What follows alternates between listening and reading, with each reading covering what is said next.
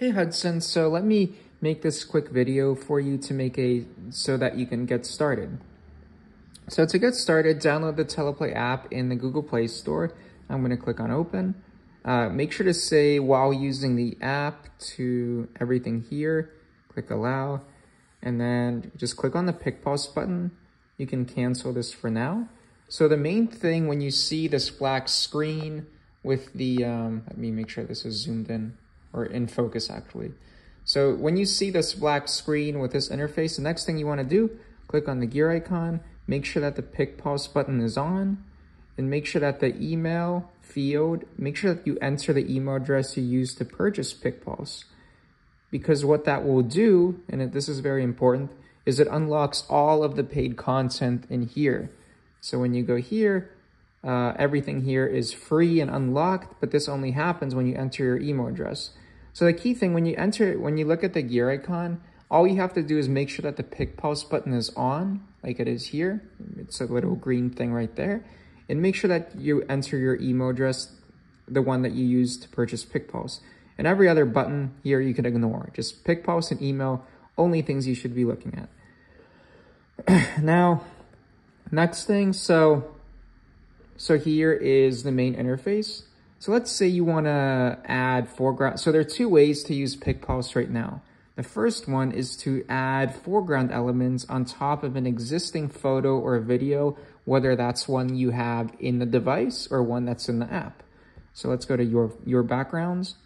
And when you do that, when you click on the your backgrounds button, make sure you click on a photo or a video that is saved locally to your device. Because if you click on a photo or video that's in like Google Drive or Dropbox, it's not going to work. Just make sure it's saved locally to your device. So here, we're going to click on this image. Then we can play around with it, resize, rotate. Here, you can change the aspect ratio, so you get the idea. Okay, I think 3 to 4 is generally like a TikTok thing. To remove that, just do this. Okay, so now we can add foreground elements. So what if we go to animals?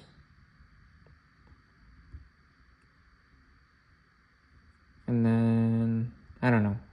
What if we do something like looping velociraptor running front one? Some of these have weird names. It's okay. So then you can rotate, resize the foreground. To remove a foreground, just hold and click on X. Let's do a better foreground element. You know, let's make I don't want to be lazy and come up with a bad scene for you here. So what if we do brown horse rearing with no pause?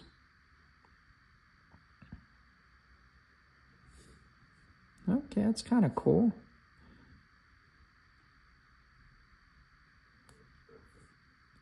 Okay, maybe make sure it's nice and in proportion.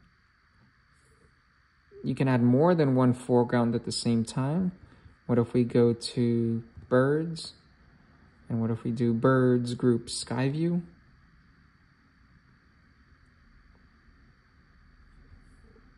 So now we have some birds, like they're kind of not visible because they're kind of hiding in the trees, but you get the idea. And now, so to make a recording, all you have to do is hold the red button. And then you can actually move, see the birds. So you can actually move one of the foreground elements with your fingers, and that movement will be in the final video recording,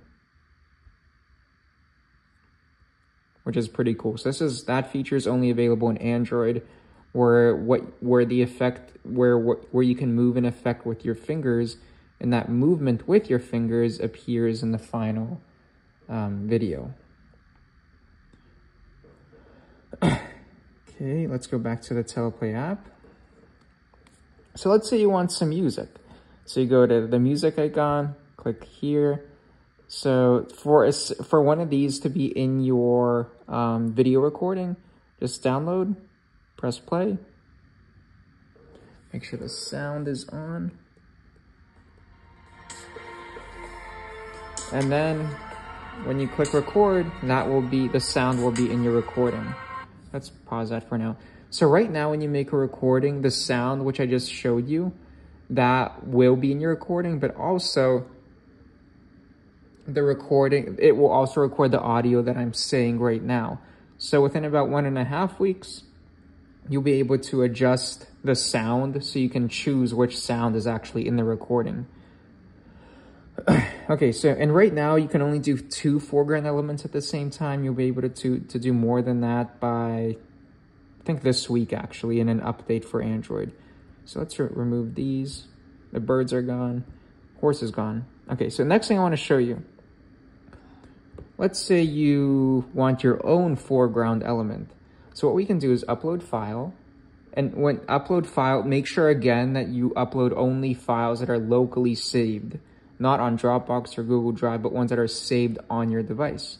So we can click on this pillow, for example. Okay, so you get the idea. And then something cool you can do actually is when you do make a recording and you can like move it with your fingers, you can make that be in the final recording, that movement with the pillow. So it's important. So this upload button, you can upload PNGs, JPEGs, GIF files that are saved locally. And the background free button, that's really cool because see this pen right here? When you click on it, it uses AI to remove the background. And honestly, I don't like saying AI because like right now it's kind of like a buzzword marketers use to try to make something sound cool when AI is everywhere. Honestly, if software at this point isn't using AI, it's just behind the curve. And I always try to be ahead of it. So here's the pen without the background. So basically what the background free button does is it turns any image into a PNG file without the background. Just make sure that when you use this button, the background in that image is like pretty legible, where it's not like a complicated background where it's hard for the AI to figure out where the background is relative to the object. So that's it. So please let me know if this helps. So I hope your mother is feeling better, Hudson. There's no rush, like, you have a 1-year money-back guarantee on this. And yeah, so I'm here if there are any questions. I hope your mother is feeling better. So yeah, that's it. Please let me know if this helps.